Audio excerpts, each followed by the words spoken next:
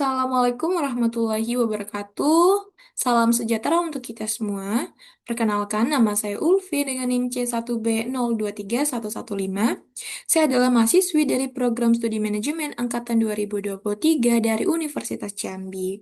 Nah, untuk memenuhi tugas mata kuliah Manajemen Kinerja yang diampu oleh dosen saya, yaitu Ibu Dr. Sri Rosita SEMM, saya akan membahas mengenai studi kasus dari kemenangan Timnas Bulu Tangkis Putra Indonesia dalam ajang Thomas Cup tahun 2021 mengenai manajemen kinerja tim. Jadi, PBS itu adalah kepanjangan dari Persatuan Bulu Tangkis Seluruh Indonesia.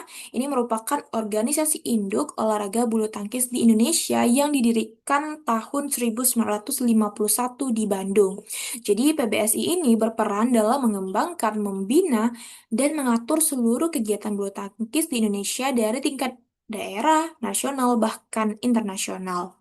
Selanjutnya, Timnas Nasional Putra Thomas Cup tahun 2021.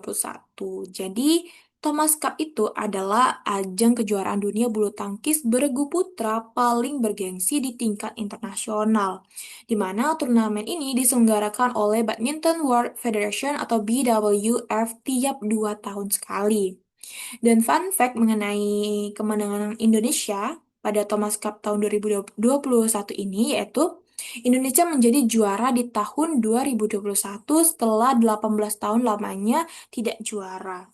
Kemudian Indonesia mampu menang 3-0 di final melawan China dan yang ketiga nomor yang dipertandingkan yaitu ada nomor 2 pasangan ganda putra dan 3 nomor tunggal putra. Selanjutnya kita akan menganalisis bagaimana manajemen kinerja Timnas Bulu Tangkis Indonesia.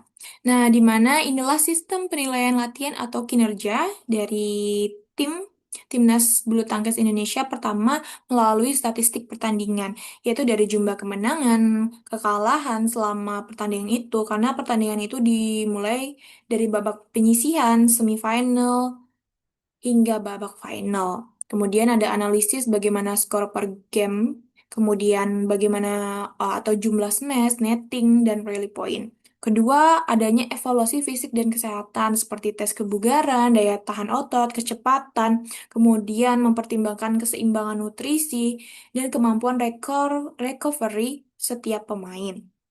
Selanjutnya, adanya kesiapan mental dan psikologis, yaitu bagaimana konsentrasi dan pengendalian emosi saat bertanding. Kemudian juga ada pendampingan tersendiri dari tim psikolog yang disediakan oleh PBSI. Terakhir, itu ada penilaian dari tim pelatih atau coach, di mana adanya disiplin latihan, kemudian pemain mampu mengikuti arahan taktik, membaca permainan lawan, dan adaptasi terhadap strategi di lapangan. Nah, sekarang tujuannya jelas, yaitu PBSI menetapkan target juara pada ajang ini, di mana PBSI itu mengkomunikasikan kepada seluruh pemain, pelatih, dan tim pendukung sebagai visi bersama yang harus diraih. Kedua, adanya pemilihan dan penempatan personel dengan tepat. Di antaranya, PBSI itu menunjuk senior, yaitu Hendra Setiawan sebagai kapten tim. Kemudian PBSI juga menempatkan kombinasi pemain muda dan senior agar strategi tidak terbaca. Kemudian ada juga tim-tim pendukung lainnya seperti pelatih, seperti tim dokter pribadi setiap pemain, kemudian tim ahli gizi, dan juga ada tim psikolog yang mendampingi setiap pemain dalam tim ini.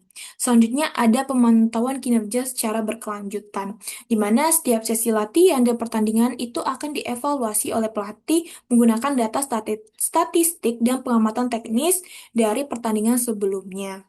Selanjutnya, adanya komunikasi dan koordinasi tim, di mana coaching dilakukan secara individu, kemudian juga dilakukan secara tim, dengan tujuan untuk membangun mental bertanding dan kebersamaan. Dan terakhir, adanya penguatan budaya tim dan apresiasi, di mana setiap selesai pertandingan, yaitu baik tim, staff, atau pelatih, itu mereka selalu mengapresiasi satu sama lain dan saling mendukung di luar maupun di dalam lapangan. Nah, dalam pertandingan ini ternyata juga ada beberapa kendala dan baiknya mereka sebagai tim itu mampu mengatasinya dengan baik. Pertama, pada saat itu yaitu situasi pandemi COVID-19.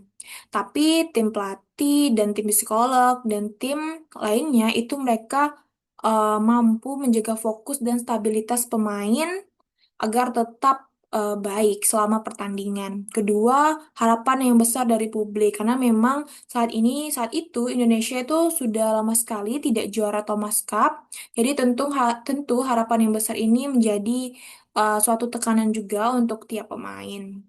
Tapi baiknya seluruh pemain itu tetap saling mendukung dan saling percaya pada strategi tim yang telah ditentukan. Kemudian lawan yang tangguh. Nah, memang selama pertandingan ini Indonesia itu tidak hanya menghadapi China, dia juga menghadapi negara-negara kuat lainnya seperti Jepang, kemudian Denmark, hingga sampai ke babak final. Nah, di sini peran pelatih di mana mereka berani mengubah komposisi pemain berdasarkan analisis lawan dan kondisi setiap tim yang dihadapi. Dan terakhir pada saat itu juga Indonesia itu dikenakan sanksi WADA di mana tidak boleh mengibarkan bendera merah putih di ajang internasional. Nah, meskipun tanpa bendera tapi semangat tiap tiap pemain, tiap staf lainnya itu tetap menyala selama pertandingan. Kemudian, ini adalah manfaat dari mengelola kinerja tim bulu tangkis timnas Indonesia. Pertama, meningkatnya kekuatan kolektif. Kedua, yaitu mengurangi tekanan mental pemain. Dan yang ketiga, eksekusi strategi lebih efektif karena adanya kerjasama yang kuat antar pemain, staf, dan pelatih. Kemudian, fleksibilitas dalam rotasi pemain. Jadi, peran pelatih sangat dibutuhkan dalam dalam permainan ini dan baiknya para pemain juga dapat beradaptasi dengan baik dengan statistik atau strategi yang baru. Kemudian menumbuhkan semangat juang dan yang terakhir meningkatkan peluang kemenangan. Dan di sini juga ada komentar dari kapten tim saat itu yaitu Hendra Setiawan di mana beliau mengatakan bahwa kemenangan ini tidak lepas dari kekompakan dan perjuangan semua pemain. Dia mengucapkan terima kasih telah berjuang dan selalu kompak. Kemudian juga ada komentar dari pelatih tunggal putra saat itu, yaitu Henry Saputra, di mana beliau mengatakan, saya sangat bangga dengan penampilan anak-anak. Mereka menunjukkan semangat yang luar biasa. Dan ini adalah dokumentasi selama pertandingan Thomas Cup. Di sini ada tunggal putra kita, yaitu Jonathan Christie, di mana dia berhasil menyumbang 1 poin saat itu. Kemudian ini ada ganda putra kita, ada Fajar Alfian. Dan ini adalah foto kemenangan ketika di final Thomas Cup itu. Di mana ini memang adalah ajang yang bergengsi karena hanya digelar 2 tahun sekali. Dan yang dapat saya simpulkan dari studi kasus ini bahwa kemenangan timnas bulu tangkis Indonesia di ajang Thomas Cup tahun 2021 itu bukan hanya hasil dari kehebatan individu, tetapi buah dari kerjasama tim yang solid, kemudian manajemen kinerja yang efektif, dan pendekatan coaching yang strategis. Nah, di tengah tantangan seperti pandemi, tekanan mental, dan sanksi dari wadah, tapi tim ini mereka tuh mampu tampil dengan konsisten berkat komunikasi yang kuat, baik itu dengan pemain, dengan pelatih, atau staf lainnya, kemudian adanya kepercayaan antar anggota, kesiapan mental, serta fleksibilitas strategi dari pelatih. Baik, itulah penjelasan saya mengenai studi kasus ini. Saya mengucapkan terima kasih dan wassalamualaikum warahmatullahi wabarakatuh.